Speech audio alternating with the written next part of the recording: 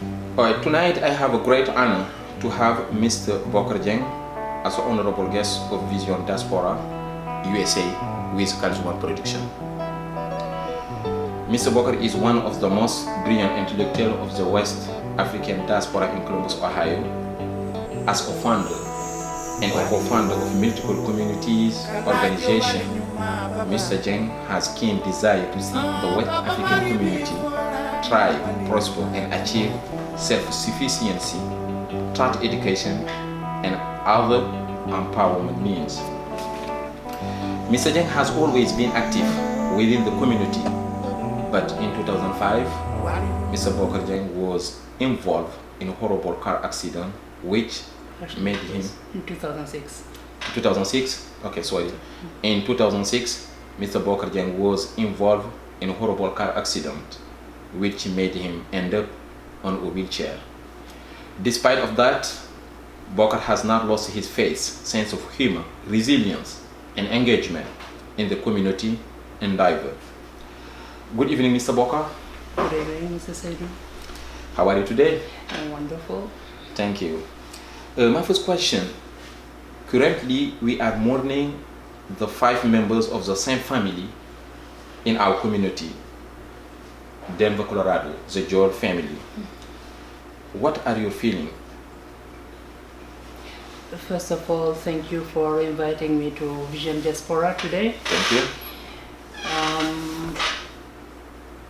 My feeling is sadness, and the death of a soul is always a sadness, and 5 souls is worse. And I heard it was a hate crime, and that make it also bitter. And we hope this kind of a situation will not occur again in our community. And we say also as a Muslim, Inna lillahi wa inna ilayhi raji'un. Allahumma aghfir lahum warhamhum. Thank you, Mr. Bokar. What are some other challenges are facing here as an immigrant? Immigrants are facing a lot of challenges, and among them,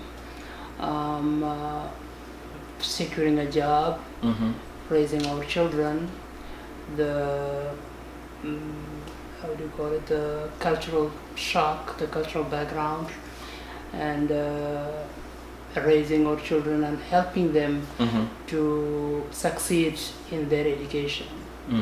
Those are some of the challenges among others that we are facing in immigration. Okay.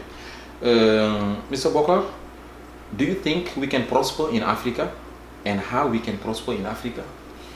Yes, I do. I think we can prosper in Africa, but there are some conditions that has to be met in order to prosper in Africa. And among those conditions, we can name having a very solid institution who can lead the people and the countries toward prosperity. And we have a lot to offer, because Africa is a very great continent that has a lot of raw materials and has also a lot of youth that we can count on to build something for tomorrow. Oh, okay. Do you believe Africa is the future? Yes, I do. Of the world? I do believe Africa is the future of the world, in the sense of what can build a country or what can build a world is the youth. And Africa is a very young continent in terms of age. The average is around 24 to 25 years, and those people are a great potential for Africa to build itself a great future. And another thing which is not very, which is very important is we have already a path set for development, and we can learn from the mistake of the people who are in front of us in the development. But remember, Africa, we don't have strong institutions. Well, strongest institutions, yes, it's needed. However, we can build them as we go and as we move forward. We have to get rid of some habits like corruptions, and try to rely on ourselves instead of relying always on the outside, and also reduce the influence of the superpowers who are manipulating on behind the scenes. Oh, okay. Oh, let's talk about the election. You know, the election coming soon. We should talk about it. Do you believe President Donald Trump is a racist? Well, I would not say yes, neither no, but I know some of the decisions that he has taken in the past has been very troubling. For instance, when he was asking the birth certificate of Barack Obama, Wow. and also his reaction after the death of George Floyd, among other things. And I think it gives him a kind of I would say, a connotation. Whether he is what people say he is, I don't know. But some of his decisions are really very troubling. And do you believe again he will make America great again? Making America great again, it has two ways.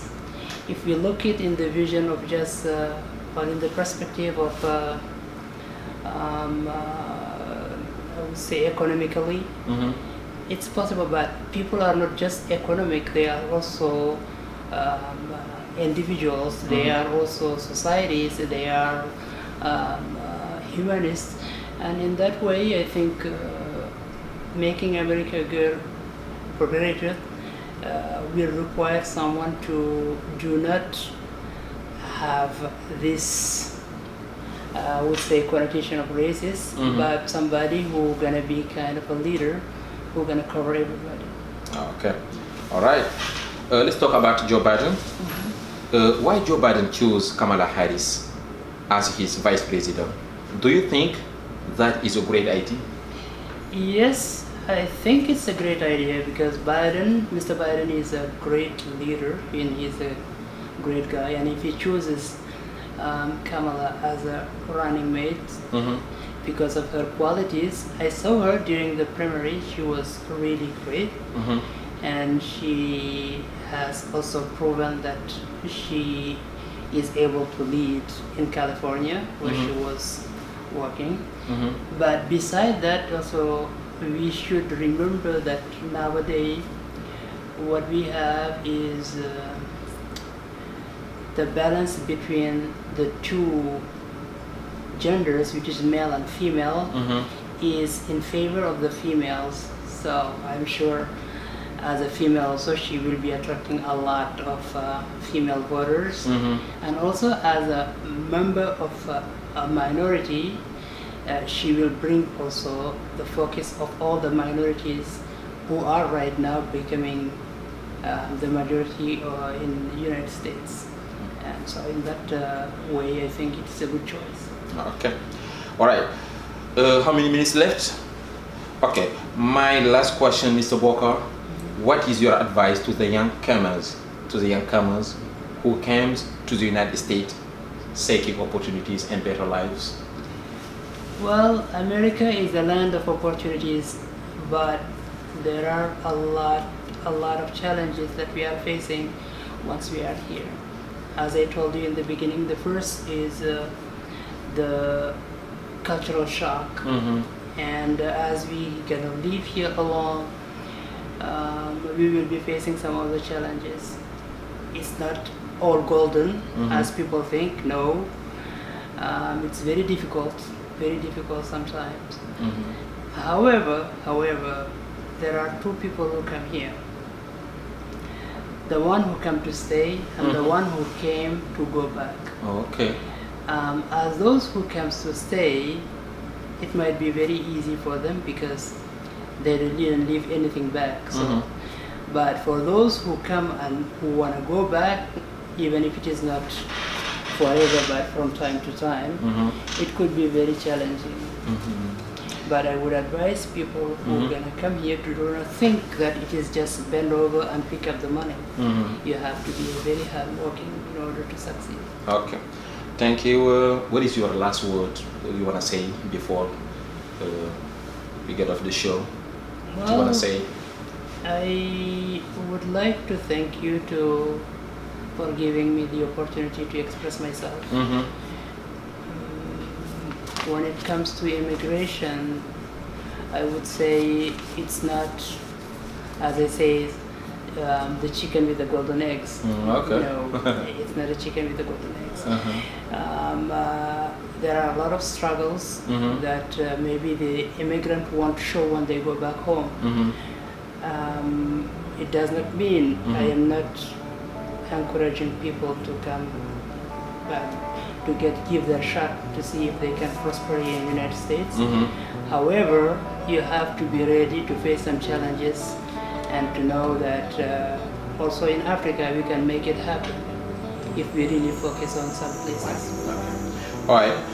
Thank you, Mr. Boka. Thank you for your time, everything. We just want to say thank you for our president, Mamadou Gissé, and we want to say thank you our advisor, Cheikh Tidiane Sy, and Abdoulaye Fofana, and our best friend again, Tijani Ken. We want to tell all people thank you for watching Vision Diaspora. Thank you so much.